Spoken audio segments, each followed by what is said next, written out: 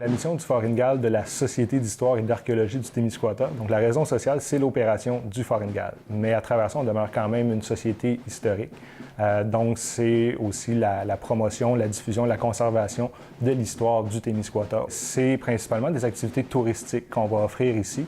Ça raconte un peu la vie de tous les jours pour les soldats, mais aussi pour les familles qui vivaient dans une fortification de campagne au 19e siècle, dans l'armée britannique.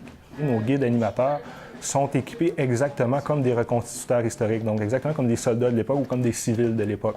On a aussi de l'animation un peu historique, c'est-à-dire que les gens qui vont venir ici vont pouvoir peut-être assister à un soldat qui allume un feu comme à l'époque, c'est-à-dire en utilisant le silex et le bout de fer pour faire des étincelles et finalement faire un feu.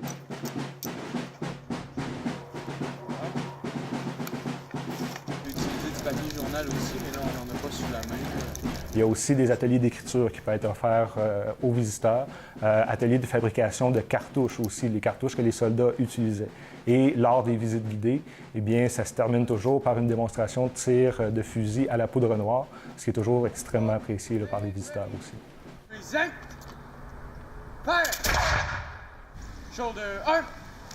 Les expositions traitent là, principalement de la raison d'être du fort aussi, mais il y a aussi beaucoup d'artefacts qui sont présentés, qui ont été retrouvés lors des fouilles archéologiques qu'il y a eu ici.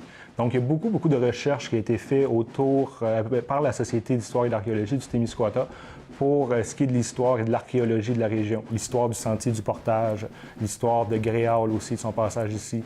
Aussi, on essaie de créer le plus d'événements possible là, au Fort Ingalls pour attirer non seulement les touristes, mais aussi pour permettre aux gens de la région de vouloir revenir aussi quelques fois par année au fort. Donc, que ce soit des spectacles, des conférences sur l'histoire, l'archéologie, lancement de livres sur à propos de romans historiques. Depuis quelques années, on a développé aussi l'hébergement en lien avec la mission touristique du fort. On a un petit camping entre la berge et le fort qui est très apprécié. Et aussi, on a de l'hébergement en dortoir, donc dans les dortoirs de soldats comme ici.